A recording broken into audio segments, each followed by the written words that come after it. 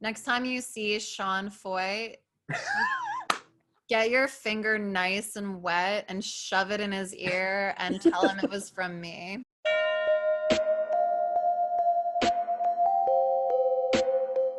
Hi, beautiful people. Before we get into this video, I just wanted to mention that I was only made aware of the exchange between Nathan and my friend Joe Lumen after we had this conversation together. So if you watch this and you're like, why on earth is Brenda not bringing this up? That would be why, and I hope that answers that question. But I also think that most of you know that one of my main goals with my life and my work is to conduct and host and be a part of complicated conversations with complicated figures. So however this makes you feel, I really look forward to hearing in the comment section just any feedback you might have about it. All perspectives are welcome. Just please do so kindly and lovingly. And also, if you want to skip to where I start going in on Nathan's Instagram in particular, it's around the 35-minute mark. So that's it. Now on to the video. Hi, beautiful people. Today, you will not believe this, but we have a guest that I am very excited to talk to because you all know I reach out to conservative voices all the time, people that are anti the deconstruction or progressive Christian movement, and all of them say no, no, no. If they even say no, usually they block me. So we have a brave soul on the podcast today. This is Nathan Finochio, like Pinocchio, Nathan Finochio, who is a teaching pastor. In addition to teaching, preaching, and writing, Nathan is a worship leader and songwriter for the band The Royal Royal. Finochio lied in his bio and says he lives in New York with his wife Jasmine, but he's actually in Palm Springs. This is true. Okay, so we're going to get into all of this in a bit, but I actually became aware of you, Nathan, because of a lot of your content that I found incredibly offensive, hurtful. I got in my feelings, I got in my anger, all of that. And I slid into your DMs to ask you to clarify some terminology you were using, which we'll get into later as well. And now here we are. You've agreed to have a conversation with me, and we've both also agreed that what we're going to do is just get to know Nathan a little bit, because I really just want to know who he is as a person. And then we're going to go over these Instagram posts together and just express his intention, give him an opportunity to like describe or explain why these posts resonated with him. And then give me an opportunity to express why I find these things hurtful, offensive, why it makes me feel protective of my people in the deconstruction movement. And I already said this off camera, but again, Nathan, I just want to express so much gratitude to you for having this conversation, because these are the conversations we need to be having. And like I said, you're the first person who said yes. So hi.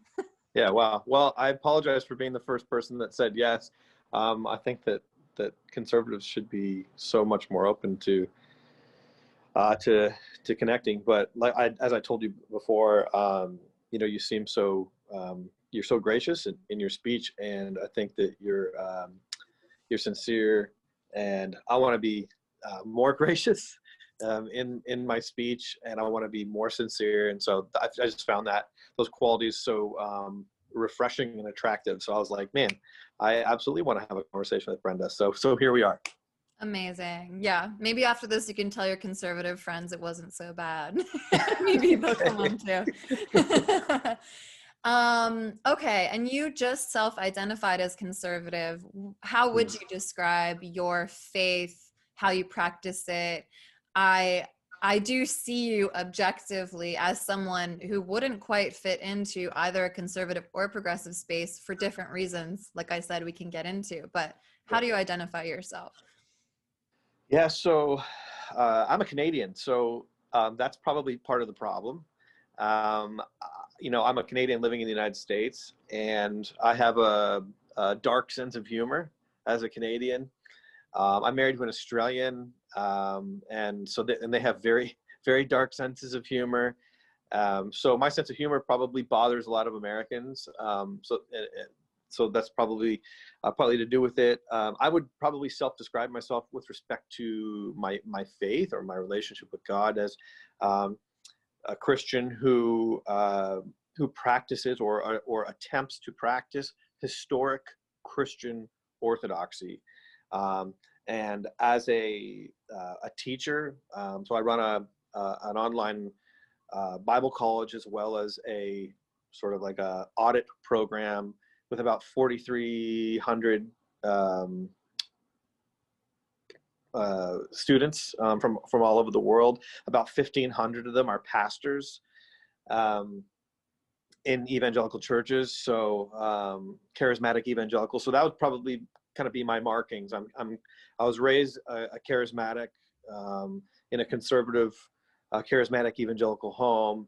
I went to a Baptist private school for 11 of those years of my education. Then I went to a conservative charismatic Bible college, in Portland, Oregon. So that's sort of my education, my indoctrination, if you will. And so no, we can have fun with that. So I've been programmed, to hate anybody who disagrees with me. No, so that's my incarnation, so to speak. So I'm like this Canadian, trained in sort of like historic Christian orthodoxy and of the charismatic brand, evangelicalism. But like, for example, politically, I'm a bit homeless. So I see universal healthcare is a great idea, like American conservatives wouldn't, so things of that nature. I am a nationalist. I'd say that I'm a nationalist, but I can't get down with like just dispensationalists who. So I come at things a little bit differently. So, for example, some of my heroes are G.K. Chesterton and C.S. Lewis. Who like G.K. Chesterton, when he talked about nationalism, he would think Indian nationalism, as in like we want to be free of British oppression and we want the right of self-determination. So in that regard, I'm a nationalist, or Irish nationalism or Scottish nationalism, like healthy nationalists. But then I have a lot of American friends who like, they could be, because of their dispensational background, it's like America is the kingdom of God and they kind of worship the flag. And so I wouldn't really fit there either, but I wouldn't be as far as going, I think patriotism is a heresy or something like that. So that's the long and the short of it. Yeah. Well, it's really interesting that you get into all of those weeds, because this is something that we miss on the internet. And this is something that I feel I see you doing to my people, which is generalizing, boxing in, making presumptions that aren't necessarily true.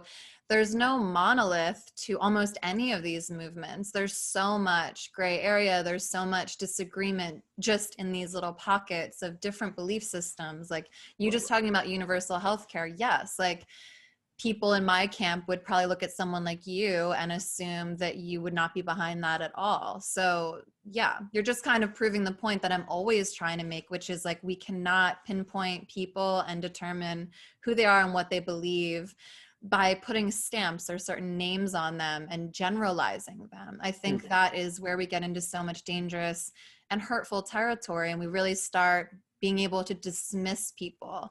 How often someone looks at me and is like, progressive Christian, and then tells me what I believe and what that means. And I'm just like, well, you're not listening. So, and actually, I've been having conversations lately in private with friends where I was like, you know what?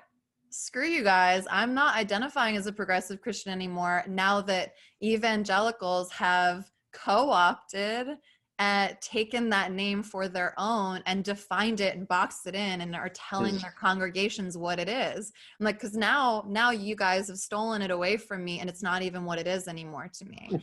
So I'm just like, well, I'm a Christian now. I'm back to being a Christian that is, quote, not an asshole, which is how I used to describe it. Right. Yeah. I'll give you that point. Generalizations, sometimes we need them. So, for example, I would self-identify as an evangelical, but just a lot of times just to make conversations easier, so I'm a Canadian, but not all Canadians, are necessarily going to think the same, but there are some generalities that are true about them. So, to your point, generalities can be unhelpful. Sometimes they can be helpful also, so I try not to make too much of it, but to your point, yeah, like not everybody is a cookie cutter, within evangelicalism or within the deconstructionist movement or the, I haven't met, I haven't met any liberals or progressives who are able to define patriarchy in the same way, if that makes sense. So to your point, I'm with you. Yeah. Okay, interesting. And also, when I slid into your DMs, I told you that I had put out a post that said, who is being the most dismissive or disrespectful of the deconstruction process? And Nathan, hundreds of people said Nathan. And it was funny because I just discovered you the day before because you had just offended me the day before. And I was like, oh yeah, this douche. Let me see what he's about. And then I go to your page. Douche is such a good word, by the way. And you know what? I've never met a Canadian I didn't like, but you would have been the first one that I was like, not for that Canadian. I'm sorry. We can't all be perfect. I mean, I guess not. You Canadians are not a monolith of people that I love, I guess. We'll see. We'll see how the conversation goes. Okay, so first thing I want to ask you is about intent. And I will, in return, be really honest with you as well, because the internet is something that is brand new to all of us. So many of us are making up the rules as we go, even day to day. Do you ever, do you have any rules for yourself or anything where you sit down and meditate or chew on a post, or do you find you do a lot of reactionary things, or is it a combination of both?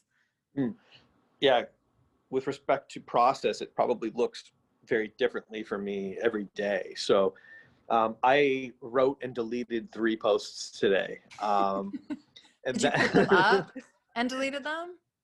Yeah, no, I didn't put them up. I wrote it all out, and then I was just like, is this worth it? And I'm like, it's not worth it. And I just, boop, so I sort of see myself as somewhat of a, because I'm a theological trainer, teacher, I think that a lot of my work is cultural commentate, as a cultural commentator. So because theology is incredibly practical, and so that's what I'm trying to teach people is like there's a lot of information out there, and all life illustrates truth, and so we can take essentially anything and comment on it, So all that to say, yeah, at times perhaps it is reactive. Wow, that's coming in hot. I did a post yesterday about, I think it's still up right now, from a guy who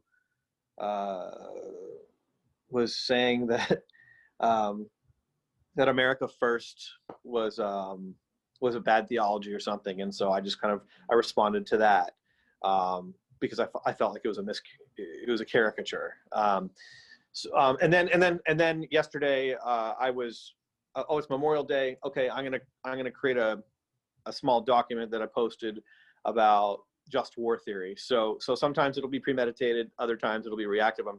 Is that what your process is like? Well, the just war theory I thought was really cool. I wouldn't mind seeing more things like that. I thought that was interesting because something that I see is a lot to me of intellectual dishonesty when we talk about people who are like just deconstructing certain ideas in theology, so much of it, and this is something I really want conservatives and evangelicals to understand, comes from the fact that we were told certain things were black and white, and certain things are like absolute and clear and unquestionable. And then as soon as you know, so many people blame a liberal college or something, and it's like, it's not really the liberal college, it's the idea that we were told things are a certain way, and then when you go into the world and discover that there are different theories, or there are different scholars that are in heated debates about arsenokoitai or about nationalism or about the ethic of war or whatever, to not tell people that there are conflicting theories that are actually being given by scholars and people that study it, and there isn't just one set answer. You know, I know that's a huge part of where deconstruction begins. It's a huge part of where you start unfurling the thread of a sweater and being like, why didn't Pastor Scott, Phil, Josh, Nathan tell me that there were actually 5 theories on this? And I just bring all of that up to say, like, that's why I actually loved your post on war yesterday, because it was like, oh, here's 3 Christian voices and theological stances on the same subject.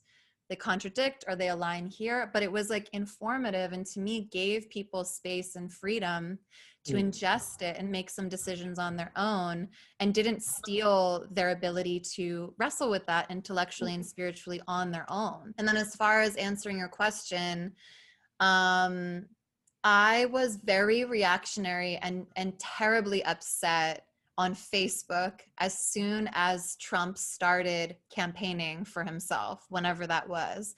And I realized every day I felt like hot garbage on a summer day, and my insides were wrangled up, and I was losing connection to friends from high school, and me and my dad's relationship was getting more and more fraught by the minute. Like, we couldn't even look at each other without disgust.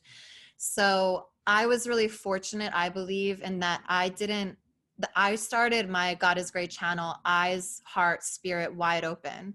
God convicted me from my point of view and said, this isn't how you're going out. You're going out and you're listening. You're going out and you're like giving people grace and space to express themselves. And do I slip up occasionally? Absolutely. Like, sometimes I'll get heated and I'll do a really reactionary post, and I'll either delete it, which I always think is a bad look, because I'm like, well, at least should maybe own up to that thing that I just said. And maybe sometimes I have done that. Sometimes 2 posts later, I'll be like, hey, that garbage I said 2 posts ago, or like maybe not even garbage, maybe something I believed in, but maybe it was like, I know it's going to just cause dissension and anger and rage, and it's going to cause people to go after the people that I don't like and whatever. And it's just like, that is not what I believe we're supposed to be doing on this spiritual journey. So long answer to say, like, I try my darndest to be as mindful and awake as possible and not reactionary when posting.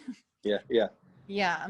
It's so hard. I'm with you. I've deleted countless things. Yeah. And I hopefully I'm getting better at, because I think too, I don't know if you found this, but I'm learning so much as I am commentating and posting. So Oh, for me, yeah. it's also a process for me. Like, and so sometimes, so for example, the 3 posts that I wrote, the litany of responses to today, it was great for me to learn. Oh, you know what? No, I don't know enough about this thing, so I'm not going to respond that way. Or I don't have enough space here to explain, my repost, or this is just not going to, be profitable, and this will tag me, as this thing, and I'm just not willing to die on this mountain right now, if that makes sense. And so typically I'm running it through those filters, like, does this take away from my mission? Is this a hill that is worth dying on right now? Do I have enough space to succinctly but holistically, really explain, or do I even know what I'm talking about? You know what I mean? And we're going to get into that later. Yeah, great. I had a feeling we would. Yeah, I appreciate that. It's interesting, yeah, to just hear you say that. And how would you define, I forget what word you just used, your mission, or like, how would you maybe succinctly in one sentence be like, this is my mission. This is what I'm up to right now. Yeah. My mission is to teach people about historic Christian orthodoxy. So I'm on an epistemological mission. And what I mean by that is I want people to know, like, so how do is the Christianity or the brand of Christianity how do I know what I believe is true? G.K. Chesterton, who's well, I've mentioned it before, I'll mention him again probably, but just a kind of a influential character in my life. And he said this, that tradition is the democracy of the dead. And there are traditions that have been very unhelpful, of course. But I think that when it comes to doctrine, tradition is like one of if we were going to make a cake, I feel like it's one of maybe 5 ingredients that I think are important. So for example, yesterday when I posted the just war theory, I showed 3 distinct writers who were writing 500 years apart, one from the patristic age, one from the medieval age, and one from the Reformed age, who, they had some variances, but they all mainly agreed that there is a thing called just war. And so I like to, what I'm trying to teach people to do is don't trust yourself so much that you are the sole prophet and interpreter of scripture, but rather have a system where you can run it through what people in the past believed, and not that that's the end all and the be all, but it should be considered.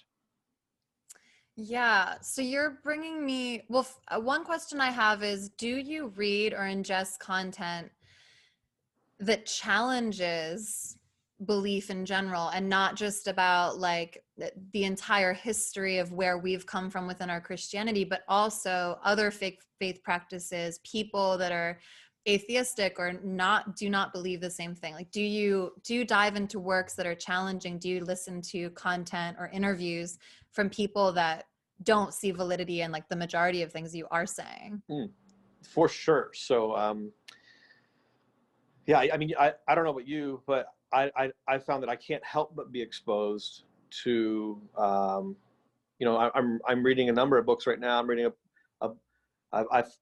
I mean, for example, particularly on the issues of theory and applied theory, I've been reading not only those books because I'm trying to like understand what people are saying, but also books within Christianity that are produced by people, who for lack of a better term, propagate those ideas and thoughts. So absolutely, I do. I do that obviously to try to find out, how can I respond to somebody if I'm creating, how can I respond integrally to somebody if I'm creating a straw man? So yeah. I try not to caricature people. You know what I mean? Like, I'm not doing any Calvinist a favor. I'm not a Calvinist, but half of my staff are Calvinists. And I'm not doing them any favors if I can't articulate exactly what it is that they believe in the same way that they would articulate it and grant them their strongest points. So for sure. Now, I'm probably not the most well-read person in terms of every single thing that's out there that people are discussing.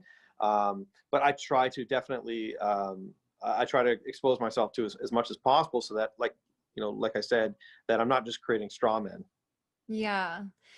So something I also wanted you to clarify is like you have a book that you've written called Hearing God. I admittedly haven't read it. I haven't had time to since like how dare you? I'm so sorry. I know you've read On Her Knees, my memoir. Did that just come out? Yeah. Okay. Well, I'm going to read that. You and Wifey a copy. Okay. Yes, please do. But in on your website, you say basically about hearing God. So many people wish that God would audibly weigh in on life's greatest questions of calling, meaning, purpose. But through biblical teaching and true life stories, hearing God empowers and enables readers to separate fact from fiction, myth from meaning, and truly understand what God is saying to them about big decisions and daily living. Mm. I'm sure you know exactly what that means to you, but do you grant that, like, there is valid confusion about telling people you have room and grace and space to understand that the Holy Spirit is within, to empower people to hear from God, but then to simultaneously have so many people in your camp? And you can clarify whether or not you are one of these people as well. Your Instagram posts make you look like one of these people, but, like, do you grant that other people can come to different conclusions, that they could research the same exact theology and history that you're diving into and decide, yes, affirming homosexual people is right. Yes, quote, woke theology that's demonized by your camp is something that Jesus would stand behind? Mm. Do you give grace and space that hearing from God means there's fallibility in your camp and that there might be validity in ours, or no? Mm. Um, such, such a great question. To which, I would assume that you believe that you're right. So One of my favorite things, by the way, to say in the entire world is I mhm, don't know. Because okay. growing up in evangelicalism, I was not permitted to engage with my Mm. intellect, with my body, with my spirit. All of these things were separation. When I learned that the root word Satan means to split, the divider, that was one of the greatest revelations I ever had, because then I looked at the division between your camp and mine. I looked Mm. at the division between where my sexuality was, where my spirituality was. I looked at the division of telling me my heart is deceitful and that I can't hear myself. Mm. And I recognize that in the truest sense of the word to me as satanic. So I do not say I know everything. If anything, the older I get, the wiser I get, the more I know that I don't know much at all. And I love playing with that unknown because it gives me so much space to listen to others and Mm. to hear what's valid about different movements, different people, and yes, sometimes even different religions and different faith practices. Mhm. So yeah, that's my answer. I love to say Okay. I don't know. I would agree. I would agree in that there are some things that I don't know, or there are many things I don't know. There's some things I think that I do know. Um, so, for example, I do know that Jasmine is my wife. you know, so I did see her on Tinder last night, so I don't know. uh-oh, that better be another Jasmine. So this is where our conversation kind of will get philosophical. So, for example, a tree is I believe that truth is transcendent. So, and there are some truths that just cannot be ignored. Um, so I believe that. For example, like the sanctity of life, all life, like that is a truth to me. There's yeah. many. Well, I say at the beginning of my channel that God, it to me, divinity resides in absolute truth, in black and white. That is divinity. That's where you might say you find Eden, in these black and whites and knowable truths. But we are on planet Earth contending with gray and all of this complication. Yeah. So getting to that absolute truth, I think there's certain fundamentals that always exist. But Hmm. then in our theological differences and the way we play with the gray, there can be so much dissension and hate and anger, and all because we're trying to find this truth Hmm. separate from one another. Hmm. So for example, like phenomenological transcendence. So that's a mouthful, but for example, a tree is empirically true, right? Like, and I could say that a tree is not true, but if I drove my car into it, I would experience what we would call phenomenological transcendence. So in the world, there are things that are just true because they're transcendent and they exist outside of us. And if we disagree with them, we know, hey, there's sharks in those waters. Well, I disagree. Well, go in and experience truth, right? So, so I believe in truth. I believe that we can get closer to things. Like, so for example, if you and I are looking at a tree, that same tree that I'm considering to drive my car into, and I'm like, hey, Brenda, let's have a tree drawing competition. And I think that perhaps there will be better, so our art will be judged by the truth of that tree, if that makes sense. So even in art, there are measures, right? Like, so for example, like the tree doesn't get to look like a banana. It has to look like a tree. And there can obviously be varied sketches, okay? And a wealth of, I would call it maybe heterodoxy in terms of the exact things that are going on in the details. But in terms of the general shape of things, I think that we can be true. So in the general shape of Christianity, I think that there are truths, that Jesus, for example, Jesus is who he says he is. That Jesus died, and that the Apostles' Creed is like the 12 articles of faith that, the early church were like, all right, if you believe these 12 things, these are the trees that you have to recognize, if that makes sense. And so all that to say, if you ask me, Nathan, do you think that you're totally right and other people are wrong? I go, well, like, this is what Christianity has been. Once again, I'll appeal to that historic Christian orthodoxy theme where it's like, I don't know if I trust myself enough to say, Brenda, that you're wrong. Like, I'm Nathan. I'm a douche. I don't know, but I think that this way of deciphering what is true is a faithful way. And so so for me, I'm throwing my lot in with those who have wrestled with the text. So I don't want to interpret alone. I want to interpret with the rest of the historic church. And I think that there's safety in that. But yes, there's going to be places where I'm going to go, I think that you got that picture wrong. But also, even within that though, I think that there's still a lot of space for variance, even as I alluded to earlier with my Calvinist friends. Like, we're reading the same Bible, but these guys are saying that God is meticulously sovereign. I'm going, how are you seeing that? Like, what? People can't lose their salvation? Like, are we reading the same book of Hebrews? Mm-hmm. So of course I think there's variance. But on the big things, I don't know if we can necessarily be variant on some of the big things, if that makes sense.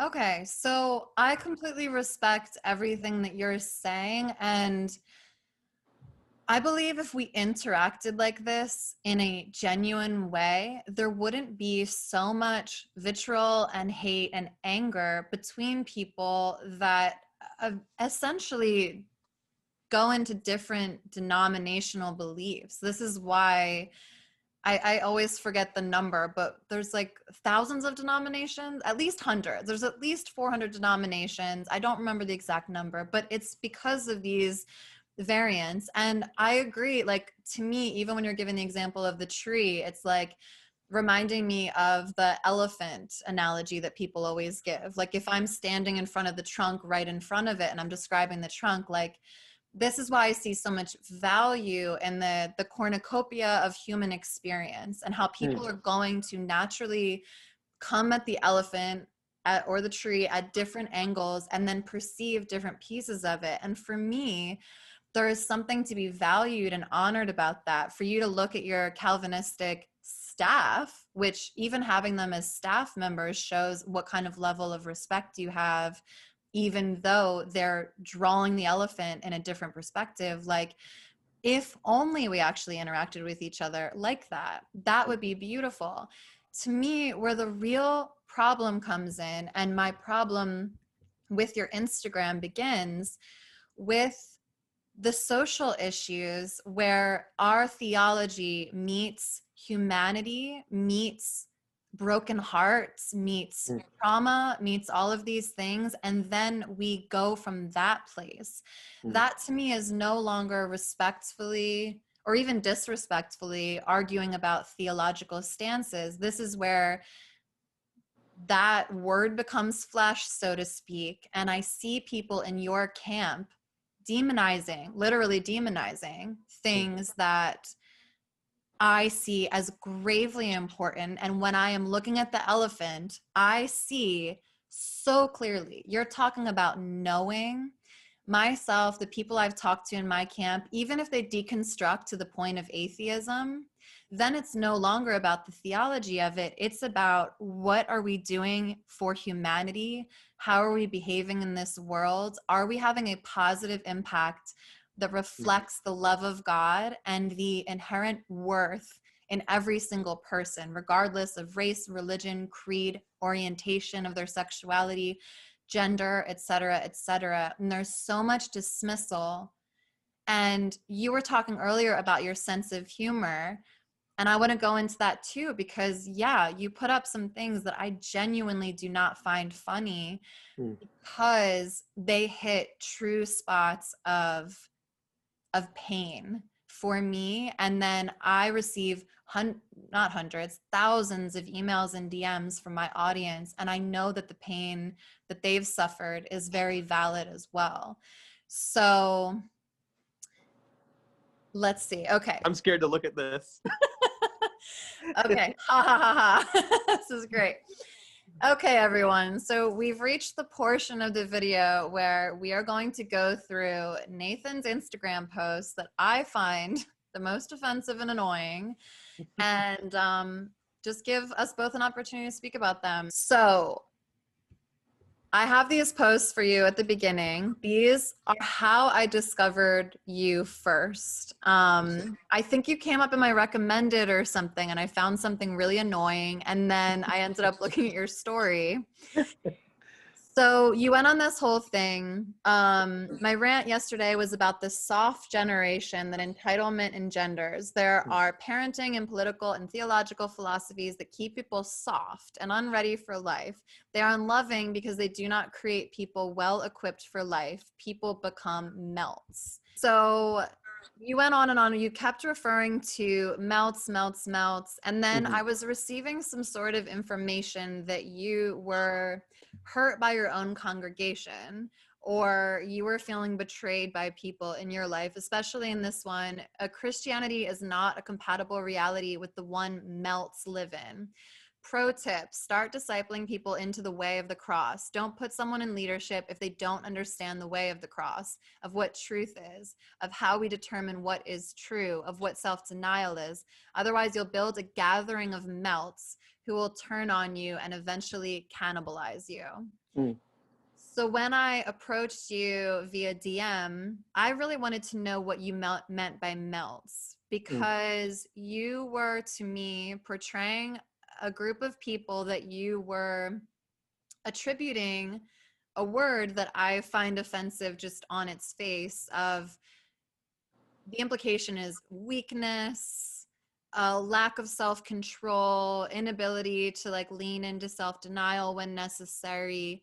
And then these melted people, these weak, incapable people then cannibalize their strong, ferocious, Christ-following leader, Nathan, and hurt you. Is that right? Is that wrong? What is the context for where this is coming from? So, some of the context is basically twofold. So my experiences in New York, where I knew people who were serving at the church, and there was a mess there. I think there were abuses of power there. I think there were a wide array of maladies. Okay. But also, while I was reading through some of these articles, I knew of people who they were complaining about certain issues, and I believed that they were just lying, like just straight lying. I knew them. I'd walked with them for 7-8 years, and they were claiming you know, that they weren't promoted because of XYZ, that they, you know, that they were asked to stop doing things because of XYZ. And when in fact, I remember when it happened, you know, they just were, they were incapable. You know, like they lacked competence. And so sometimes when people lack competence, people have lied to them for years that you're a great singer, you're a great singer, you're a great singer, you know, but in reality, you're not a great singer, and nobody told you that. And so, you know, they're coddled and coddled and coddled. And then reality, you know, I mean, we see this, there are entire TV shows that exist because of melts, you know, like people who've been coddled their entire life and told that they're awesome. And then they get on stage at American Idol, and it's, you know, you see somebody clashing with reality for the first time. And we're, you know, and there's, you know, don't get me wrong, I feel the pain, you know, like when you're watching somebody getting that cold bucket of reality splashed on them, it is both entertaining, wildly entertaining, and a bit devastating and bothering emotionally, because you're thinking of this person, you're going, dude, I'm so sorry for you. I'm so sorry that, you know, that people lied to you, you know, and you know, you've essentially, in some ways, you've become the victim of bad parenting, of bad politic, of bad theology. But in other ways, I know people who have resisted reality, you know, like there are those people too. So there are some that are victims, but there's some that have, they willfully resisted people who would mirror reality to them. And then they just, you know, continue on and continue on. And so all that to say, you know, that's kind of the reality. So my dad is a pastor, and the same thing has happened to my dad. And I've seen. Wait, before you go on. Yeah. Sorry. No, don't be sorry. This may not be a fair comparison to you, but everything that you just said, if out of context, I recorded that and said, oh, this is me and a human being talking about pastors and how pastoral staff are coddled, elevated, told they're amazing, have no accountability. Your boy Sean Foyt, for example, is someone I have beef with myself, because to me, I see him as someone coddled, not in touch with reality, and not able to take true reality and internalize it and take that rebuke because of how he's been coddled. So like I said, maybe not a fair comparison, but like, it's just funny because everything you've said mirrors things that I would say about your side of the aisle.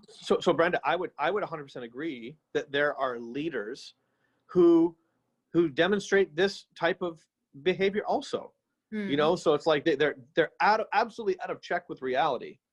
And then when they're confronted with reality, hey man, you're hurting people, you know, like, so absolutely it can go both ways. I will admit that. So I'm with you. Okay. So, but because there's been so much, perhaps it's because I'm a bit contrarian, and I don't like fads. And I like them, but I don't like them, but I like them, but I don't like them. And, you know what I mean?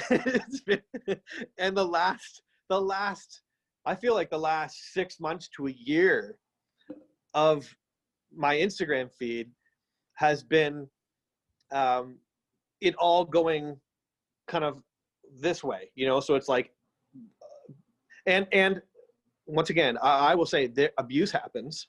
I've seen it happen. I have friends that it's happened to. And those people who have been abused are not melts. Okay. Victims are not, that's not what I'm saying.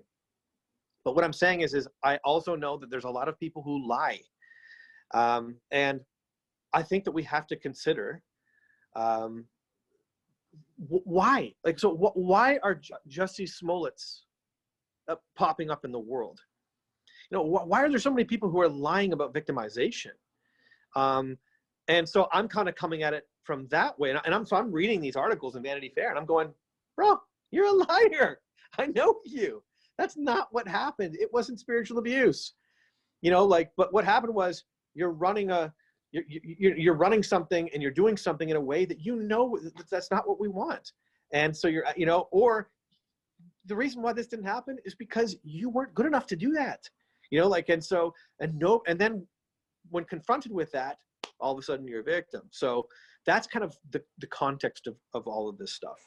Okay, so what I would like to tell you is that it's really, really, really hard to read and contextualize a post like that when I'm not seeing on your page any mirroring of a validation of true, whatever you would consider true, genuine victimization or abuse. Because I've read the same articles that you're talking about, and the majority of the stories that were posed were about the sexual abuse of women. And the thing is that I have been privy to so many of those experiences because what we on my end of the aisle are trying to express to yours is that these systems that we planted, no matter how good the intention, have bred into these words that are triggering on your end of the aisle, which is like rape culture, patriarchy, da da da. I know those become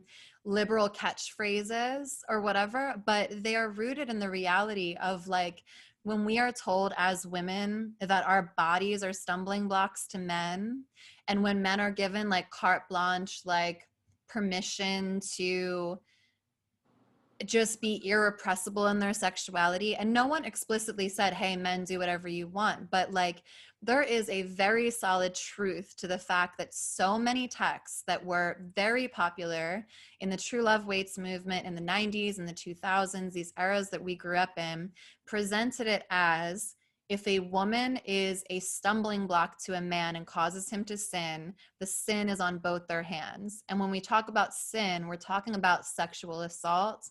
And that also is a variety of things. That could mean full penetrative assault. That could mean stories recounted by this church you're talking about of men just putting a hand on an inner thigh and making a woman feel gravely uncomfortable. And the thing that I don't see your camp acknowledging is that you told us we were safe in these places, and not you, but this structure told us men in the world will come after you. They only want you for one thing. They're going to use you for sex. Beware, beware. You're safe in the church. These men are valiant. They're warriors. They're going to protect you. And then we go into these spaces thinking all y'all are safe because we were told that you were. And then we find out you're men with the same complicated sexuality, the same repressive mentality that is boiling up and becoming something more perverse than it should be.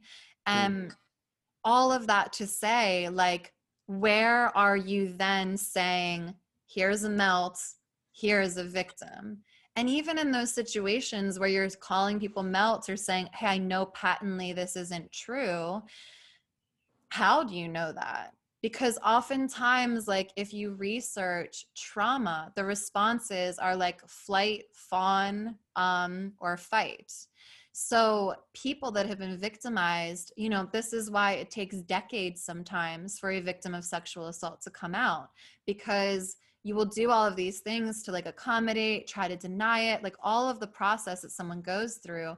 And church never gave safe spaces for that. We were just denied outright and told, you're not being victimized, you're fine. Like, what were you wearing is literally a statement that has been told from thousands of pulpits. I have seen that sermon dozens of times as a woman, and I just don't see the acknowledgement of that reality. Complain about the melts, say that you were cannibalized by liars, but then also, are we saying then that there is no basis for people feeling sexually or being genuinely sexually traumatized in these places? I mean, Brian Houston's father was a molester of children. That is a legacy of sexual abuse that in that church structure has not been burnt out from what I see. And it just protects abusers, these places, because of the way they're structured, because of the unquestioned leadership, and because of the denial that I see. I don't see anyone in your camp outwardly saying, We see you. We hear you, victims. I see. No, we didn't. That was over. Ravi Zacharias is dead. Da, da, da, da, da. And it's just like, dude, people need to be seen. Yeah, that's fantastic. I'm, perhaps I haven't spoken against sexual assault as much as I should have. It's interesting. Like, so I grew up a pastor's kid, and my parents. I was in a non-denominational evangelical church, charismatic, and so that's my experience is going to be obviously different than yours.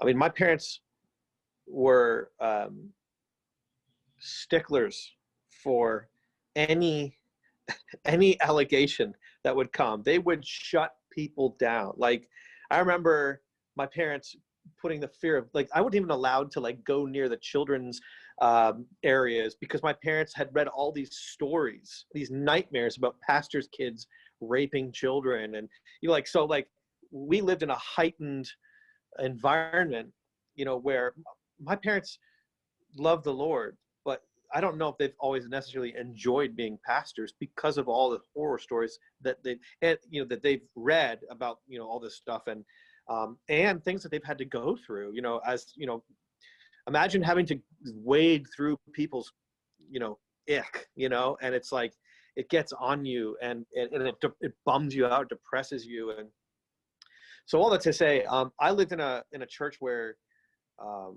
we took sexual allegations very, very seriously. In fact, I remember the church that we came out of, my dad planted 25 years ago, the church that we came out of,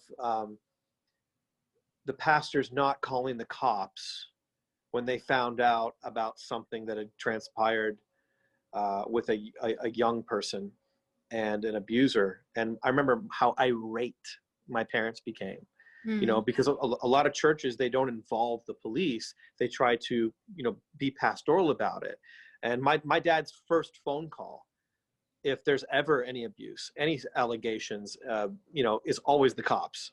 So my experience was not an experience where things were covered up. I lived in a home where my parents lived in a heightened fear of, if we don't tell the police, then then as a church we could be in deep doo-doo. So all that to say, my parents were integrous in that area, and so kind of like going into the world, I assume, because that other people are the same way, like, so when I'm reading allegations and pastors doing this and doing that, I'm kind of assuming, like, yeah, we're all right, like we're all here, right? Like, so maybe I've been wrong in my assumption, and maybe we're not all there together. And so maybe I need to raise my voice. And I received that challenge, Brenda, to be more sensitive to that. And I'm gonna discuss this with my wife. I think this will be a really good.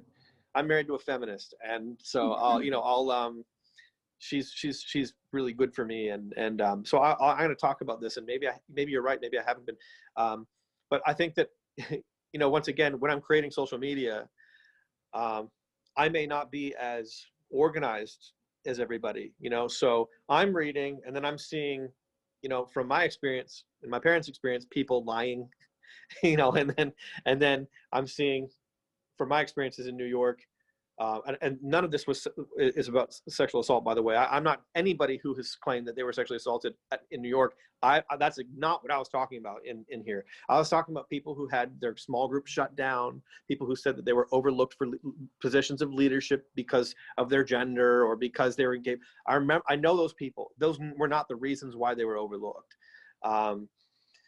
So all that to say, that's kind of where I'm coming from. But I received that correction, and maybe I haven't. I've assumed that people thought that I was with them, and maybe I need to speak out. So that's fair. Yeah, well, I really appreciate that, because until there's acknowledgement of this, it's a festering wound, and people are not being seen or heard, and these systems they have root rot. The Bible talks about planting trees that spring good fruit. Like, the fruits of modesty culture, of telling women how to dress and telling us it's our fault that we protect men's integrity by presenting ourselves in specific ways, has begot rape culture. And I don't see a path forward in evangelicalism or conservative Christianity unless and until that cultural shift is made and women are you stop putting women on this it's not a pedestal, but you stop making us responsible for men's choices. And the thing is, I still hear the rhetoric today. I still watch purity sermons from 2 weeks ago, from all kinds of figures, and they all have the same script. It hasn't changed. And it's going to take people like yourself and maybe conversation with your wife, etc., other women, like, to put your feet to the pavement and listen as a leader, because this may not be your experience, but people are having this experience. And this is why two things. First of all, you have this pastor's wife starter kit. And something that I found so deeply offensive about it is a lot of it, but it is also that, like, the pashmina that you are teasing the woman for, that reminds me of modesty culture. That reminds me of being forced to shroud my body to protect men from stumbling in their sexuality. Like, when I look at this, I'm like, why do you think the wife is like that? And then when you have the Jenny Craig thing, that reminds me of how women were always like told we have to keep our bodies perfect. Like, that horribly misogynistic pastor that just got exposed. Did you see that, where he's fat shaming women? And No, I didn't. okay, I'll send you this video, but I did a video response, and this is very recent. This guy named Stuart Alan Clark did a sermon where he is telling women they have to keep it right and keep it tight because men have sexual needs that we have to come through for, and we need to keep our bodies pristine so we can be sexually desirable for men. And you may think that dude is an outlier, but he is not. I have heard that sermon and a variation of that sermon, again, dozens of times, bare minimum. All the books I read, A Man's Battle, A Woman's Battle, all harken back to this same concept. So the Jenny Craig thing hurt me because I was like, yeah, that's what we were told, that we had to keep our bodies that way. Even the wine bottle is like, yeah, and then to survive that repression and that heartache and that pain, yeah, you're getting drunk sometimes to survive that. Right. And then the Message Bible felt very demeaning as well, because it's like, yeah, because we are getting stuck doing children's ministry and we're told that we can't have higher positions of leadership and authority because we're just some dumb little ladies. Right. That's how it strikes me. Why don't you tell me where I'm right and wrong on this post? No, I mean, I think you nailed it. That is exactly it. It's a caricature, which is exactly why I chose those four things, because it's a total caricature, right? Like, so I travel to a lot of different churches, and I see a ton, including my mother. She wears that way, So I'm like, I love my mom, but my sense of humor, my Canadian sense of humor is like, I like to kind of like just, and once again, it's speaking in generalities, right? Like, so generalities are helpful, generalities are unhelpful, but that's how jokes work. If we did a nation. Oh, sorry to interrupt, but I don't read you as being on that woman's side. I don't see this as a dig at what men have done to this woman to make her this kit. This woman didn't choose this kit. This kit is a survival mechanism to get through another day as a pastor's wife. Yeah. So, like, are you teasing the system or are you teasing the woman? I don't think, I think I'm more teasing just the reality that evangelical wives seem to all like women's groups, they do, like, we're losing weight together, or they tend to drink white wine, or they tend to, these women tend to wear those clothes. And so I'm just sort of, it's observational humor rather than really critiquing anything. I'll be honest with you, so I find Dave Chappelle and Ricky Gervais to be the funniest humans on the planet. And you and I might agree or disagree that their humor is funny, but for example, you know, if you make Ricky Gervais was talking about how, you know, sometimes people don't find jokes funny because they hit close to home. You know, Ricky told a joke about about uh, about peanuts and peanut allergies, and you know, somebody got offended because they had peanut allergies.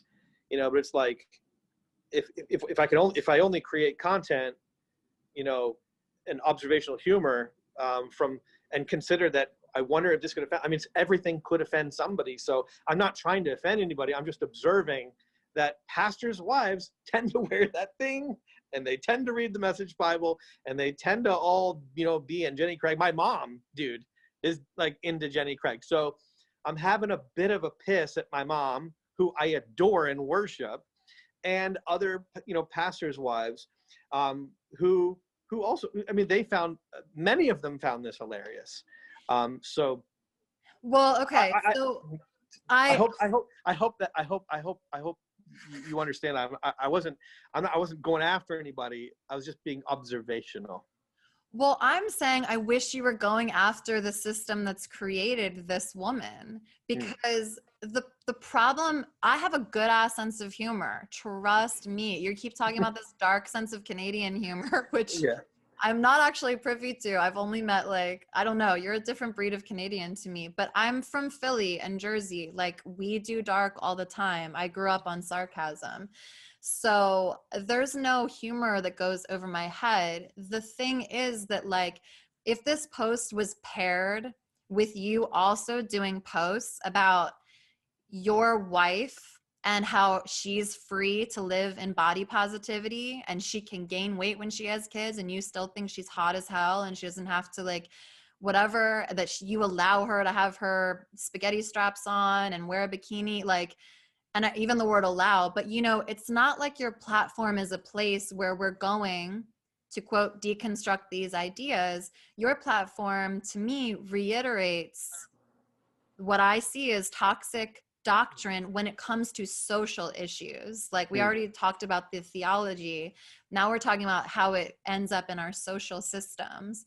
Mm. This is a socialization that has caused pain and trauma for so many women, and subsequently their children who saw them in that repressive state. And women that are living that may think it's funny, but us on the deconstruction side, addressing that trauma and pain, this looks painful, because to Mm. me, you are still on the side, you're still on the team of that oppression, unless you're actively doing or sharing things that say otherwise. Mm. Look, I think that I hear you, and I appreciate your thoughts, and I can appreciate, um, you know, the things that you said, you know, women having to wear a burqa and, you know, whatever. Um, and there's so much disagreement in all of that, you know, like that, for example, like, are burqas liberating or are they inhibitive? You know, like, so we could even progressives disagree on that, but all that to say, there's a part of me that I'm going to make observations, and maybe the observation itself is a bit of a critique, as in, like, hey, you don't you know, like, you don't have to all look the same, you don't all have to read the message, you know, like, you don't need, hey, we see you trying to, you know, be 5 pounds lighter every Sunday, you know, like, you don't need to be, but all that to say, I'm Well, not have you ever necessarily, said any of those things? I mean, I'd love I've, if the caption said that. right, I just think that, like, it's not it's not really my brand for everything that I do to be a moral, um, commentary, if that makes sense. So some of it, I think it's just sometimes humor. It's okay to just be observational, and then other times we can use humor to make a point. Um, but I'm with you in terms of your concerns, and I'm with you in terms of some of the things that we've said and we've communicated verbally, non-verbally to women. And you know, I'm not trying to. I was not trying to shame anybody with that. It was just an observation. And my wife, who, you know, you talked about, you know, fat shaming and all that stuff, and let me tell you, my wife is right there with you. Mm. And she like, once again, she saw this kit, this starter kit, and she laughed and she went, "Oh my, that's funny," because that is so, many women. So it was tongue in cheek, and I wasn't trying to make a moral point, but I understand how it can be seen, and I recognize that. Do you have, what is your like theological stance or even social stance on modesty? Uh, um, to be quite honest with you, I'd be shooting from the hip here. Um, 1 Corinthians 11 is, I believe 1 Corinthians 11 is about modesty.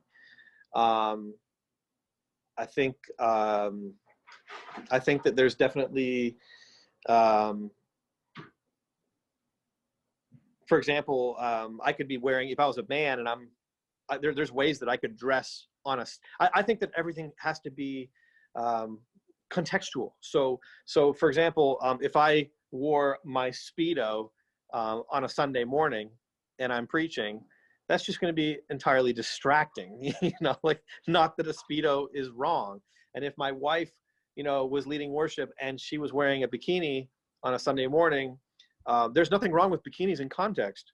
But on a Sunday morning on a platform, it would be distracting. And so I think more in terms of context. But Let me counter with something though. yeah, Do you ever hear that the way you dress is distracting? absolutely. Yeah, because I would assume a lot of conservative people think you are not coming correct when you get on platform yourself. No, and that's probably a reason why many conservative churches wouldn't have me on a Sunday morning, because I wear this. The last time I spoke 2 weeks ago, I wore Crocs on stage. Yeah. So like, I don't really care about a lot of the do's and the don'ts, and you have to, don't wear a hat in church. I literally don't care about any of that stuff. So, and my wife, who is probably going to hate me for how much she's been included in this, because she kind of really wants nothing to do with all of this, Christian culture stuff and, the Christian culture wars. She can't take it. But same thing, like, we don't, there are a lot of Christians who they don't believe that my wife should wear a bikini at the beach. They don't, like, so I'm not for, I wouldn't fit in a really conservative camp where I think that the female body should be, totally covered.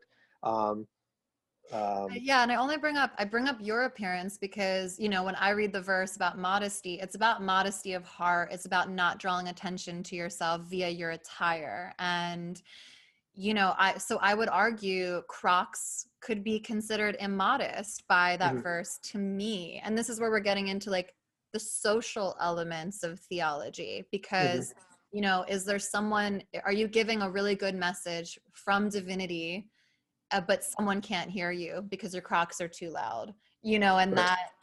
that I don't think is your responsibility. I do think people should get over all of it and stop judging people by their outward attire. But the difference between your lack of modesty, so to speak, and a woman's lack of modesty is that then if something subsequently happens to that woman, whether she gets fired, taken off of platform, taken off of worship, or sexually assaulted, that she bears fault in that because of the structure of it. Yeah, so I would agree with you that she bears no fault in that. That a woman. Have you heard that though in your upbringing? Like all of the churches that you've been in, like, do you recount any moments? Yeah, I do. So yeah, for sure. I recall, some of that. So for example, like the Bible college that I went to had some teaching on that. By the way, it was the same Bible college that Joshua Harris went to. So just to give you a little context on my life. So wow. yeah, but when I Kissed Dating Goodbye came out, I kissed it goodbye. Like I wasn't down with that for I didn't want to borrow it. I wasn't part of that. But my story, Brenda, is maybe a story not unlike some of what you're trying to get at. So I intentionally dress the way that I want to wear, to tell people in churches that it's okay for them to be who they are. You know, there have been these caricatures, you know, for a long time, and I didn't want to be in ministry because I didn't want to wear khakis and a polo shirt. And I love classic rock, and I love art and music, and I felt like if I became a Christian minister, I'd have to become a square. And so part of my my shtick is that ministry doesn't necessarily have to be within this box. So, you know, with respect, you know, you and I might have a different sexual ethic, but with respect to, you know, throwing blankets over women and telling them that everything's their fault, Yeah. I'd be with you, probably in many respects. Yeah. Do you have like 15 more minutes, or because I know I've had Yes. you for a while? No, let's do another 15 minutes. Okay. You're being such a good sport. Thank you. Okay, good. Okay, because the next ones are going to be, it's gonna stay heavy, but this is the way Okay. your content makes me feel. It makes me feel Okay. heavy. I'm sorry. Okay. So if you skip ahead a little bit, because we'll skip some of them, but you did post. So we're talking about the expose of like the melts coming out and attacking you. Yeah. But a lot of those pieces were about people feeling overworked, run down, taken advantage of, because they were at this church cleaning toilets, working 12 hours at a time, etc. Mm-hmm. I know these people. I've talked to survivors of that exact church and that culture, and you know, the way it burns you out and drags you down, to me, is like, it's real. And I think the first day I was hating on you, you also posted this. The caption you have is "What a legend," and it's this person saying, I've actually been feeling really tired this past 2 weeks, working really hard on my job and on my free time, volunteering even harder on my church. I was feeling like it was too much time spent on unpaid jobs. I said to myself, maybe you don't need to do so much for the church. After all, you're not being paid nor recognized. However, as I read your post, I feel encouraged to work and serve even harder. Thanks, bro. Thanks, bro. And you said, what a legend. I'm like, holy crap, dude. This dude just told you he's on the brink, and you're like, go harder, dude. You're a legend, bro. Like, that's what I read. And again, it's like, you can tell me the context of this, but for me, I do not see the balance of you acknowledging that there are realities. There are two truths there in this story, and one of those truths is people are being genuinely burnt out, taken advantage of, and hurt. And all I see is the other direction of you reiterating, yeah, keep getting hurt. Do it. So totally, yeah. So I appreciate that. So you're right. There are two stories. I didn't sense in his comment that he was going. It sounded like, of my own volition, I am serving my church, and you know, Well, sometimes pause though. Of your own volition, after hearing every single Sunday that we are the body of Christ and that we must be a part of that body, like, it's not, people don't just like come to these conclusions on their own. I think if people were sitting there and the pastoral staff was like, pray on it. Do you feel led to be in the ministry? I never heard that in evangelical church. I heard you better be here busting your ass, otherwise you're not a part of the body and you are disobedient to God. So I just want to challenge you on his own volition. I'm not so sure. Okay, fair enough. So sort of a mimetic philosophy there, that, you know, maybe his desires are given to him by the collective or whatever. So okay, but there are when I look at scripture, I see, you know, in Acts chapter 2, I see a church that met together daily. You know, I see a church that were breaking, you know, bread. They're in one another's houses, and you know, you see, I believe it's in Acts chapter 7, the deacons are appointed, and deacons are doing a lot of practical work. I'm sure that they had jobs and other things to do, but the care of the widows and the poor fell to them. And so coming from my parents being pastors in a small town of 1,800 people in Dang. rural Canada, a church of about 300, there's always something to do. And churches are run by volunteers. It's like the in Ephesians, I believe in Ephesians chapter 2, the work of the five-fold ministries, we call them, or the ascension gifts, is to equip the saints for the work of the ministry. And one of the spiritual giftings that Paul outlines in the book of Corinthians, and I believe it's in Romans 13, is the gift of helps. So it's like, so there's always a garbage to be changed, and there's things to be done, and now, so but there's also a balance, right? So the balance would be, so while scripture is going, hey, like, go do good deeds, walk in the good deeds that the Lord has prepared beforehand for you, and but also we don't want people to be burnt out, and when people are tired, I mean, once again, this is my experience, but when I was serving at Hillsong, New York City, regularly people would come to me and they would say, Nate, I remember my friend Eddie. He graduated MIT, brilliant guy, and he served on my team for evening college on Monday nights. This guy was doing Sundays, bump in at 5 a.m, leave at 11 at night. Then he'd drag his ass to evening college on a Monday night. He'd get there at 5 or 6, stay till late, setting everything up. And I remember him telling me, hey, I'm exhausted, I'm burnt out. And I just said, what do you do for fun? He's like, well, play video games. And I'm like, are you playing video games? He's like, no. I'm like, maybe you should take some time off from serving and just go and play as many video games as you possibly can. Do some stuff that, like, recharges your soul. So in no conversation I've ever been in, when somebody's telling me I'm on the fritz, have I ever been like, well, you need to serve harder, or Yeah. so but at the same time, if somebody is telling me this, what you said, it actually encouraged me, because sometimes I believe it's in Ephesians 6, it encourages people who are getting weary in the well-doing. And sometimes we do get weary in the well-doing. We can kind of lose the plot.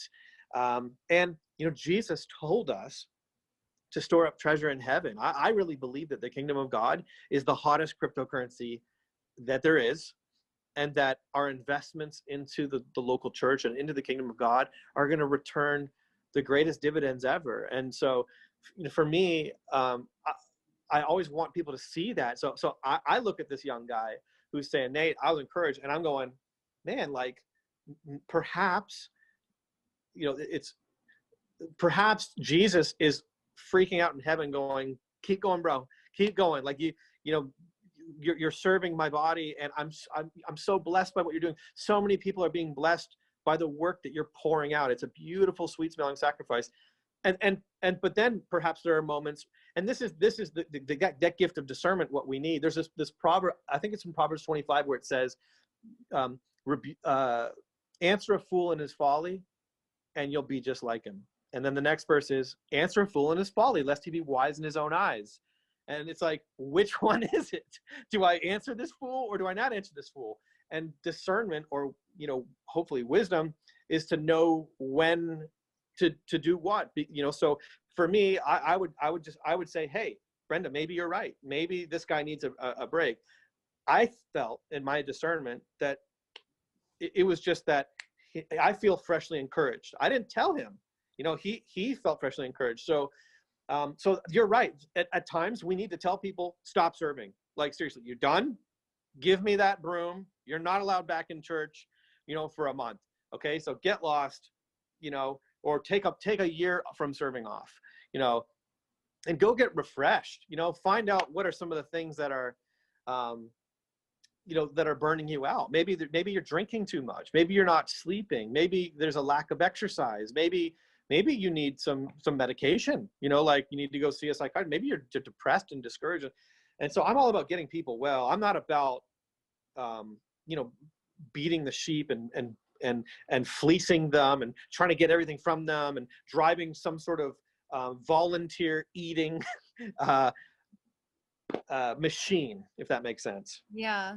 I mean, I think it's so hard from what we've seen. All of these churches that are getting exposed for what I consider spiritual abuse, which is taking these true theological points that you're making that I don't disagree with, and then turning that into 12 hours every Sunday. You know, like there are certain things that to me, you as leaders are responsible to be good stewards. To much is given, much is required. You've been given these people's hearts, their openness, their love, and the reciprocation they're getting is often being minimized, not listened to. There's too many congregants, and you actually can't even see your flock properly. You're not actually seeing who's in pain. And so many of these structures too are like fear-based. You know, a lot of these exposés that I read that we're talking about were about people being afraid to speak up for themselves or being punished for speaking out, which again, I find a hard time not believing because I might not have been in that specific church, but I always grew up in branches of that exact church and I saw the same thing. So I'm like, yeah, sounds perfectly familiar to me, like not being properly taken care of by my leaders and not being seen. So I know we've like already run long and I could talk to you so long about this, but my next and maybe largest issue is this resistance to wokeness and the demonization of that whole thing, picking fun at my dear friend, Naked Pastor, who's doing beautiful work to help LGBTQ people stop committing suicide, etc. Like, I don't see him doing anything but positive work in this world. And, you know, obviously theologically you can have a different stance, but if we are saying, you know, you have this thing where you laugh and roll your eye emojis, beware the colonizer described as a multicultural pastor. You have a whole post regurgitating this person who does all this ignorant to me posts called woke Jesus. One day you'll grow up to be oppressors because you're white, and that grieves me deeply, but I'm doing my best to smile through it. Woke Jesus. Like, my problem with all of these things is, again, the complete, to me, what I see as willful ignorance. Like, are we actually saying that there is zero validity in every single thing that deconstructed people are saying? So there's no such thing as a white supremacist root, even though you're from Canada and they just discovered 215 Indigenous children buried in the ground by churches that killed them. Is there truly no validity in the fact that so many Black bodies are on the street at the hand of police? Is there no truth to the fact that I went to an all-white school and I had my own computer I got to learn on, and my dad went across the bridge to an all-Black and Puerto Rican school and they had to share 6 computers, and then I succeeded more at life in different ways because I had that leg up? There's no reality in any of these things. They're just patently liberal ideologies that are anti-Christ, and there's no reason to listen to us about any of this. Like, that's the message I get from all y'all, especially this woke Jesus person. All he does to me is demonize, minimize, and give people permission to keep their ears closed. And you also, like, I pulled this earlier, you don't have to go back to it, but you reposted this person saying, if we want to talk about, quote, lived experiences, then we should just talk about them as being experiences subject to the same rules as other experiences. There's nothing particularly special about their being, quote, lived. This, all I see is dismissal. We're not going to listen to you. Nothing you say is valid. Oh, you're liberal? Well, I get to just go on the woke Jesus page and shut my whole mind up. I don't have to listen to Black people and their lived experience because there's 14 Black people on my staff. They still may be completely indoctrinated by the same religious views as you. Like, diversity isn't just about skin tone. Diversity would also be about different lived experiences. And to me, on the evangelical conservative side, all that's been platformed is privileged white men. And then we wonder why there is such a lack of true diversity. And we wonder why sexual abuse is rampant in every denomination. And the indigenous thing, like I'm on a tangent right now, but like I was raised to believe that Christopher Columbus, quote, discovered this land, and he had a sweet little picnic with Native Americans and they all lived happily ever after. We were not told the true history. This like brings me back to the beginning of our conversation where I said, why do you only present one view and pretend this is theologically accurate and therefore there's no room to have disagreement, when actually you're smart enough, you're intellectual, you're educated enough to know that there's more than one theory for everything. And in that same structure, you should be able to acknowledge that lived experiences do bring knowledge that you and I wouldn't have about certain things, and that they are valid and that they can be blessed and they can be divine experiences. And it all brings me back to your book called Hearing God. Are we listening? Like all I see is no one listening. And it's like, you don't have to believe every single theological point that I land on, or even every social point. But really, you're just going to make fun of us. You're just going to meme us and then keep on moving and pretend. Pretend none of this stuff is real. When there's, like I said, the evidence at least of 215 children buried in the ground. Like, when are you guys going to acknowledge these things? Yeah, there's a lot in there to respond to. And you have 2 minutes to respond now. Yeah. Take your time. No, I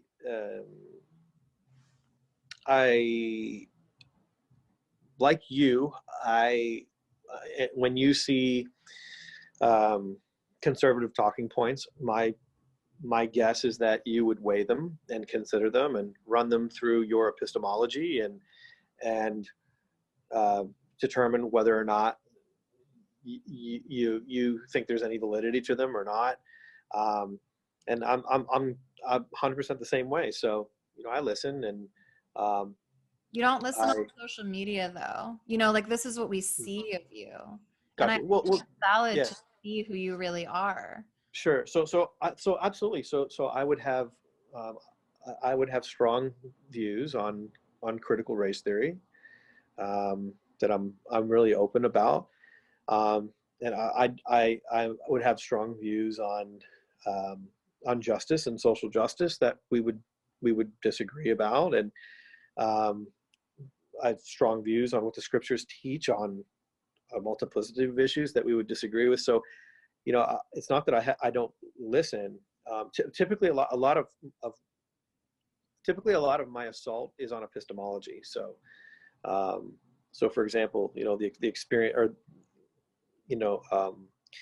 the experience thing that you hit on. Experiences. I'm not saying that experiences are invalid, but for example, you used a great illustration of 3 people that are blind touching different parts of an elephant. And that illustrates that my experiences are not empirical. And so while people can have an experience, but your experience that I see you presenting, in my view, as empirical, is of a white guy who grew up in the Christian church. Like, you are expressing from your lived experience. You and I can't ever avoid our lived experience, and we will be teaching and preaching from that. So,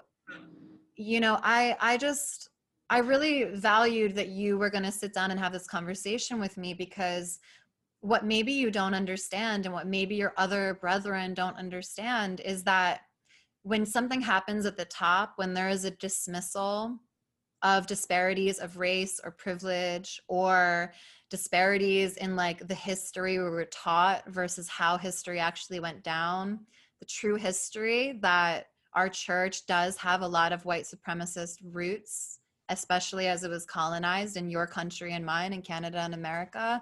Like, when you dismiss these things, make memes, repost memes, and don't actually say like, yeah, actually I was miseducated about that too. Or I had this conversation with a Black person that has a completely different lived experience and I learned something. Like I only see conservative voices kind of snowballing their same ideas and picking up voices that will reiterate the truth that they already believe according to their theological stance. Like I see you continually go back to the theology and the roots that you care about there.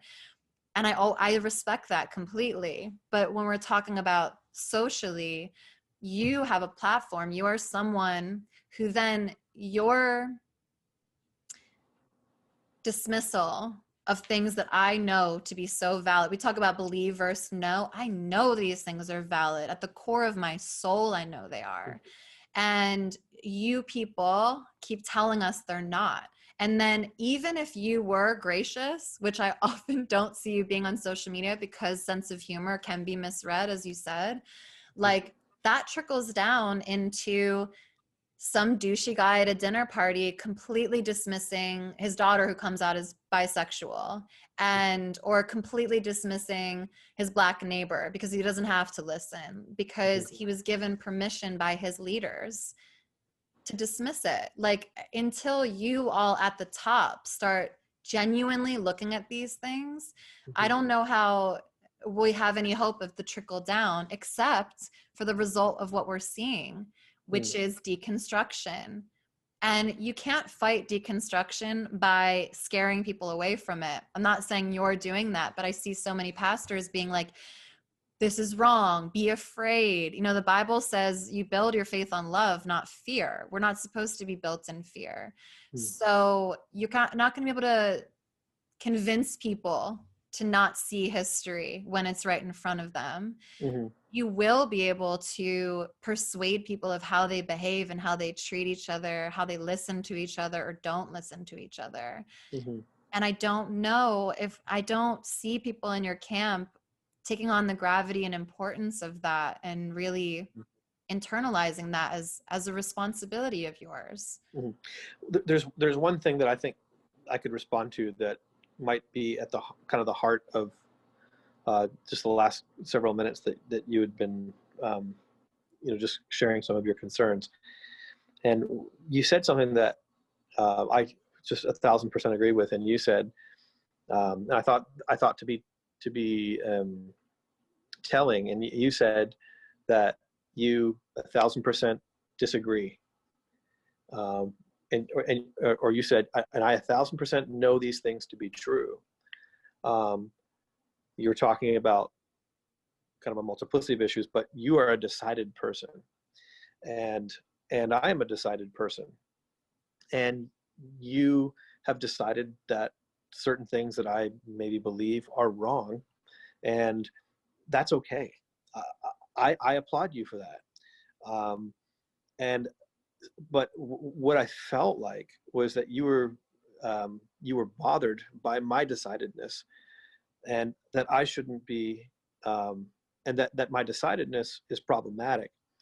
And so for me, I just go, look, you can get frustrated with my decidedness and the things that I believe, and insist that they can fit into any number of categories, that they're racist, they're homophobic, they're da da da da da. We go down the list, patriarchal, white supremacist, whatever. But at the end of the day, and we don't have all the time in the world to go through every single thing that you listed, but perhaps I'm decided for what are good reasons, and perhaps you're decided for what you consider to be good reasons. And at the end of the day, we're going to have to learn to live with each other, and you're speaking, some of the things that you're speaking to, maybe I have to own, as in me being too cheeky, memeing, and I like I said, so for example, I follow The Onion. I love The Onion. Me too. And I follow the Babylon Bee. I love Babylon Bee. Hate Babylon Bee. Yes, go ahead. Totally. But the point is, the reason why you hate Babylon Bee is because you don't vibe with the politics. The reason why there would be things that the Onion would produce that I wouldn't appreciate would because they don't vibe with my politics. So at the end of the day, it's not the memeing that bothers you, it's my decidedness that bothers you. And so for me, maybe I have to take some of that into account and go, all right, could I be more charitable? Is this a little bit too biting? Maybe I should dial this back a little bit. But at the end of the day, it sounds to me like we're just two decided people, and it wouldn't be accurate to describe you as somebody who really doesn't know isn't sure. I think you're a pretty sure person, and you just don't like the Babylon Bee. And it's not that you don't like memes and you don't necessarily like my cheek. It's just that you vehemently disagree with me. And I think that that's okay.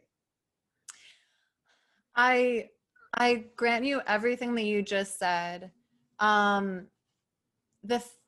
I'm wondering if the distinction comes in with harm, because to me, the rhetoric that I see being minimized and memed by Babylon Bee, etc., is things that socially become not only irresponsible, but then embolden people who already have racist, patriarchal, or homophobic ideas.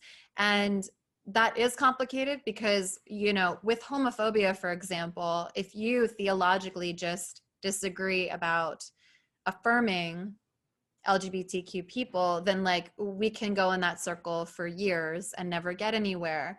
But there is just real life tangible harm that I see in the world as a result of things that are supposed to be funny, because they're hurting real people. And it's just confusing to me, because theology meets nationalism meets racism and colonization, all of these things.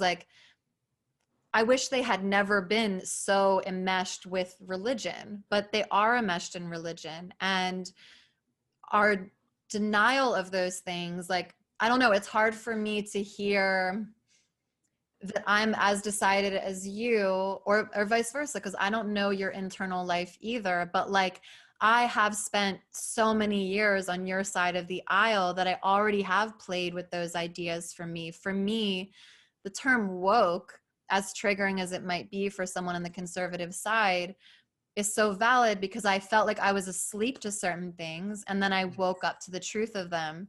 Easiest example being lied to and told Christopher Columbus discovered this place and then realized he actually savagely raped and murdered people. I should have known that history. It's not fair to me that we don't know the truth of these histories.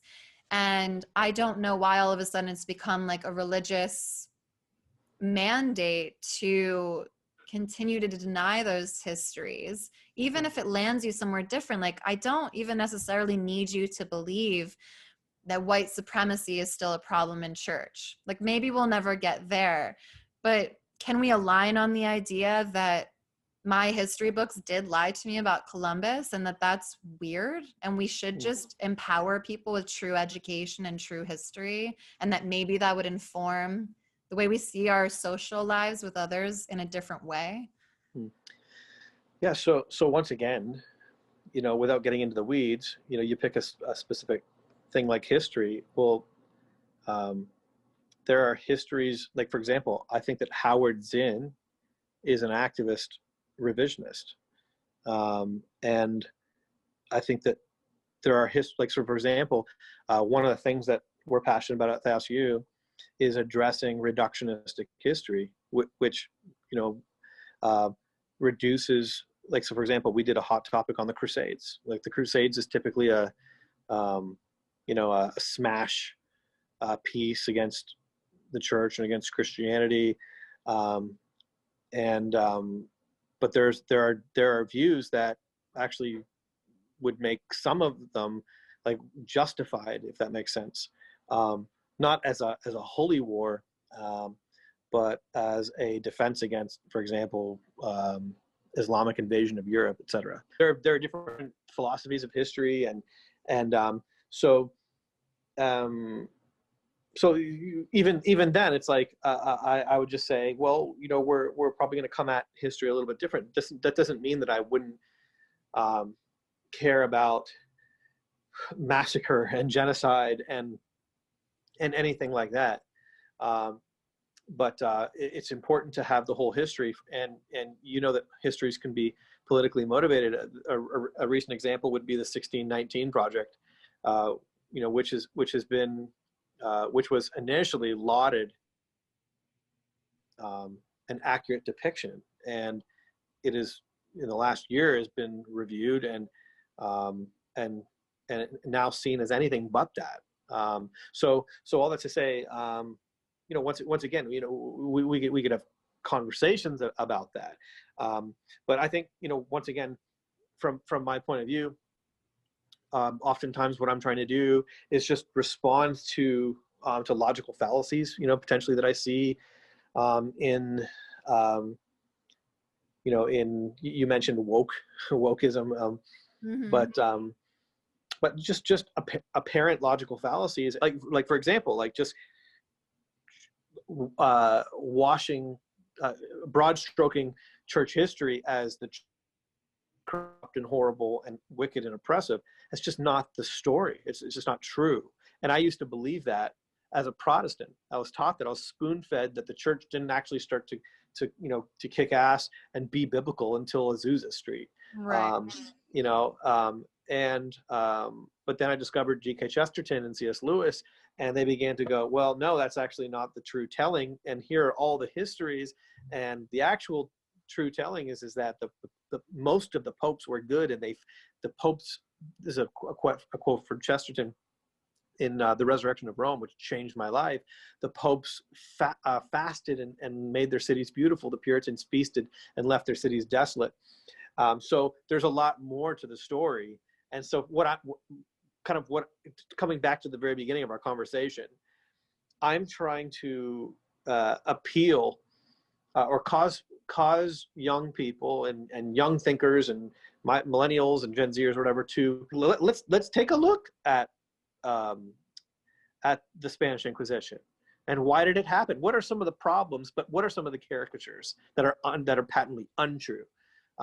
Let's take a look at slavery. Did the church in fact support slavery for 2,000 years?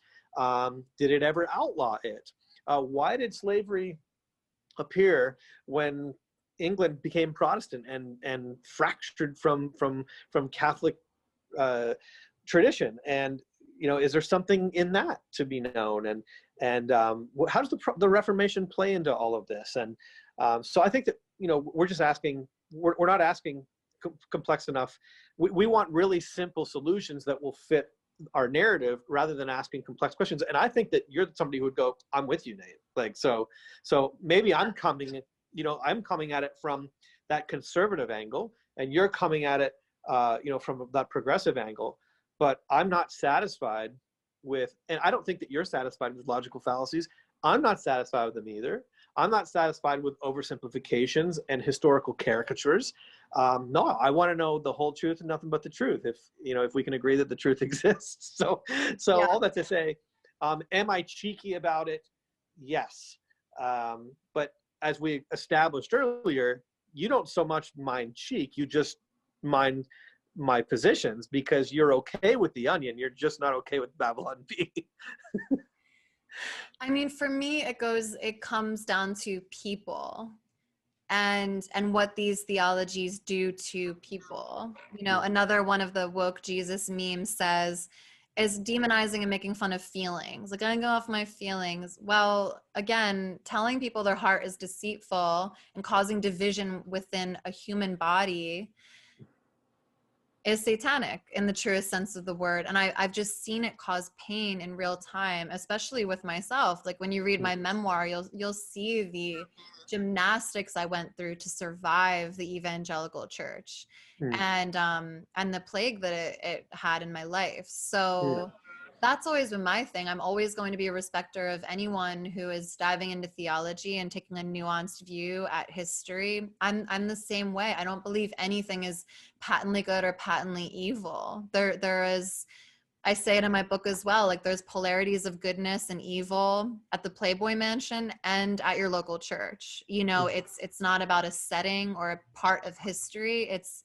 humanity and all of our complicated emotions and how we bounce off of each other and all of it. And I'm just asking for more respect in that regard. Like, don't lose your sense of humor. Don't stop being cheeky. Don't stop being dark.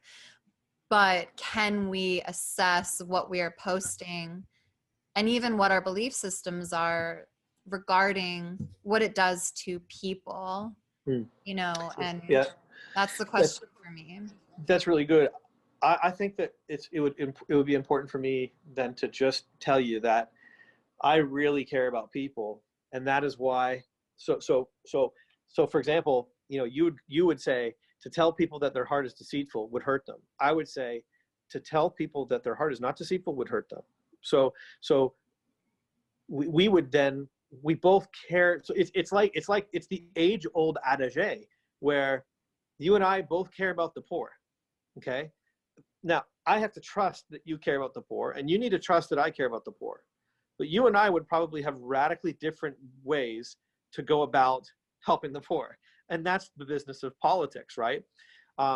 So, for example, I believe that the scriptures, I believe that my way of viewing the scriptures will cause human flourishing and ultimate human happiness, okay? And you're going, and you would perhaps go, no, that will actually cause human misery. Yeah. And I would go, hey, Brenda, I'm just as concerned as you about human flourishing and human misery. And I would plead that I think that my way would be a better way to cause people to flourish. So that would be our disagreement. I don't think our disagreement would be that I'm some heartless conservative who doesn't give a shit about people. And that's why, and that's sort of an underlying problem. I would go, no, I feel like I so care about people that I wouldn't want them to think this way.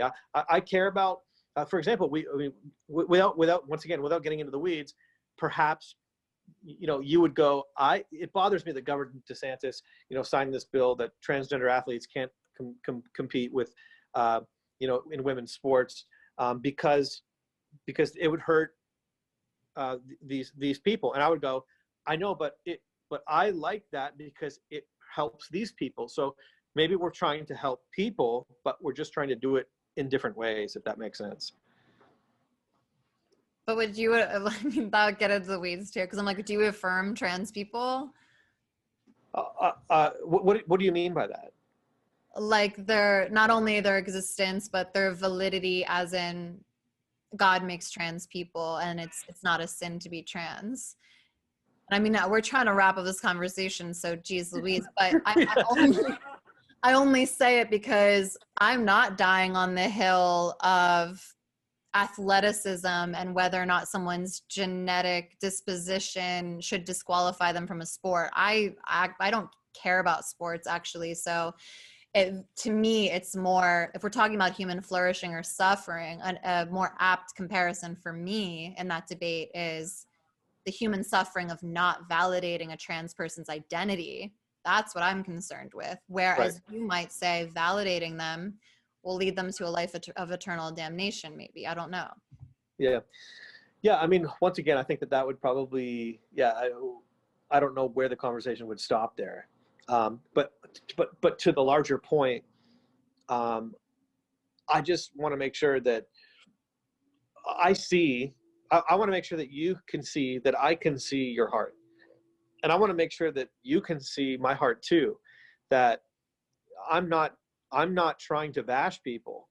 I am genuinely convinced that my theology will help people better than your theology. You know what I mean? Like, so I'm genuinely convinced of it. There's sincerity there. I don't want people to suffer. I want people to flourish in the ways that God has created them. So that to me would be my heart is going, look, even in my memeing, Please know that in my memeing, my motivation is human flourishing. My motivation is not human pain. And I would, and the Onion, who I would 95% disagree with, but I just the humor is so good, you know. And you have, you know, I feel like it's good to follow people that just absolutely take the piss at you, because it gives you a little bit of a social consciousness, you know what I mean, where oh, that's where they're critiquing at, or that's where they see the inconsistencies. I see that, so it's definitely informative. But in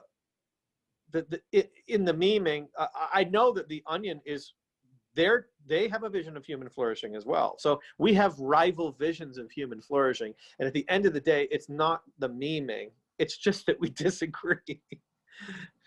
Well, I deeply appreciate everything that you just said. I do see as you as a human being, and my final appeal that I would make is that we stop making a monolith of each other and demonizing each other, because surely there are valuable things not only in your theology but in your politics that would cause human flourishing in ways that maybe I have a blind spot. Vice versa. It's not about the memes. Everyone should have a sense of humor, but like, I really implore you and anyone in your camp to say, yes, maybe I do believe that my theology causes human flourishing, but could you also be open to the fact that when someone slides into a DM or makes a comment, even if it's coming from a place of rage, because, you know, pain does, a mourning process has all kinds of emotions enmeshed inside of it, including rage. But can you hear us out? Like, would you agree to maybe sit down every once in a while and be like, is there validity in what is being said? And is there something from this movement that I can actually bring into my belief system because it is valuable? Yeah. And that's why I wanted to focus more on social issues and theology, because social issues are the practice of our theology and our faith. And yeah, I just want us to see each other. Well, I'm sitting here with you, so you know, I hope that is proof that, you know, I'm willing to listen, and I'm willing to interact and dialogue with anybody. And I can always tell when people are sincere. I'm sure that you can. You know, I'm sure that when you're positional, you're going to get people coming at you. I mean, that's the price of being positional today. Yeah. Is you're going to get vitriol like nonstop. So I'm sure that you know, I've been accused by Joe Lerman of, you know, sending, you know, rabid conservatives that are, you know, give her death threats and stuff like that. And I am sure that there are whack jobs that follow me on Instagram. And then, you know, when she posts those things about me, I'll get 50 or 100 of her people. And, you know, you can tell which ones they're not there to you know, to dialogue. They're not there to even share their pain. They're there to just tell you, you know, to where to go and how to get there. If I reposted something that you had shared that I disagreed with, and I'm like, no, there'd be a bunch of douchebags that would do the same thing to you. And so all that to say, though, I'm not going to allow those people to make me think that you're a horrible person, or, you know, that you're not sincere or whatever. And so I'm all for, and as I told you earlier, you know, like I have my friend group is actually quite diverse. It might appear that I live in a Christian bubble, but I actually really don't. So I've quite enjoyed my conversation with you today. I'm really thankful that you reached out. You were to your credit, you're the one that reached out to me. So all that to say, you know, going forward, hopefully, you know, I've learned a little something today in terms of people being on the other side of the things that I say. And perhaps maybe some folks have learned that I'm not just, Nathan Finochio doesn't exist to just piss people off, although I'm sure that I'm really good at it. But that I do care about human flourishing. But we just probably disagree on how best to do that. Okay. Last thing. Next time you see Sean Foy, Get your finger nice and wet and shove it in his ear and tell him it was from me. Okay. Okay. I will probably actually do that. Please do. All right. Well, thank you so much for engaging in this conversation with me. And yeah, KIT. Let's keep in touch. Yes, for sure. I'd love that. Okay. Thank you. We love Thanks you very all much. so much. God bless.